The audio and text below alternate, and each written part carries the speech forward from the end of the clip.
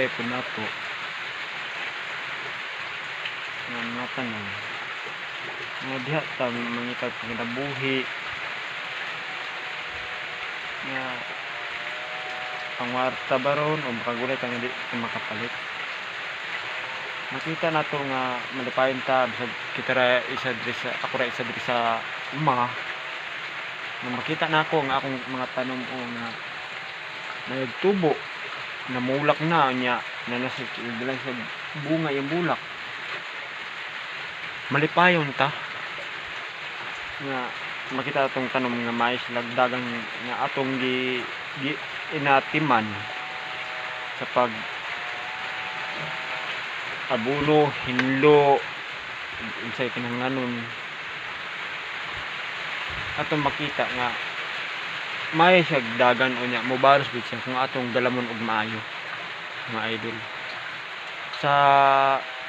mga yuta diha nga ingon pa nila nga kung nastambok adi na mosidong tanom ayaw mo kabalaka mga idol ani sulbad ana ato lang abunuhan og iti nga iputi nato sa di pa nato tanong ang atong sidling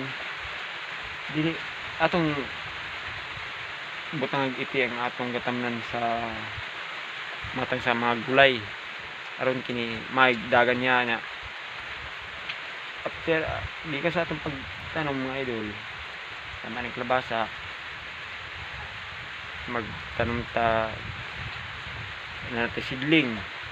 na ang yuta nga atong itudling tibali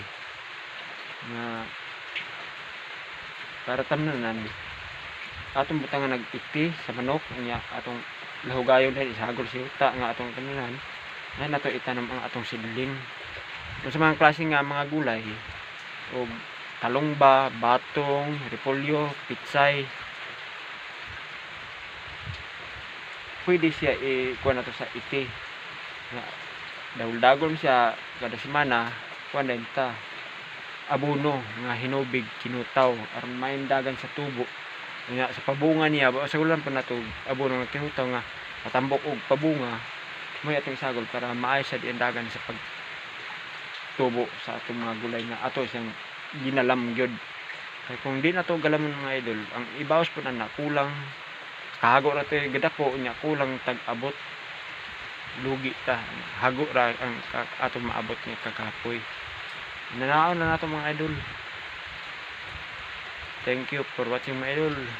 like and share mga idol. Thank you.